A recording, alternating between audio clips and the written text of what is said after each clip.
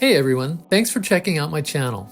Today I'm going to walk you through a super simple way to take a drawing from your sketchbook and turn it into a finished digital illustration using Procreate and Photoshop. You could just as easily do this entirely in Procreate or Clip Studio, whatever you're most comfortable with.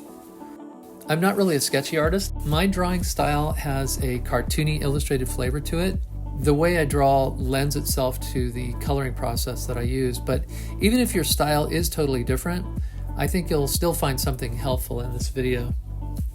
When I get the creative impulse to draw, I don't want to lose that momentum. I just want to capture the idea. I know that if I like the drawing, I'll eventually drop it into Procreate and clean it up later, so perfection isn't really the goal in this sketchbook stage. I draw from imagination. I usually don't have a fully formed idea in mind. I like to just see where it will go. Sometimes I'll start with a random shape, almost like calligraphy, and then turn them into a character or something unexpected.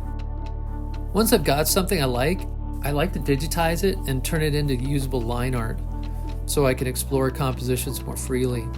And if you want to see my Photoshop method for doing this, check out the link in the description below. Once the composition is working, I'll drop it into Procreate to clean up the lines and adjust some of the shapes. But I still want to retain that hand-drawn look as much as possible, so I try not to overdo it. I like using the Mercury brush right now for inking. It just feels good to me. Now let's color it. I usually start by blocking in a solid color over the whole image. And then I'll select a few shapes and use the hue saturation sliders to adjust things, making some areas darker or lighter, keeping the colors analogous at first.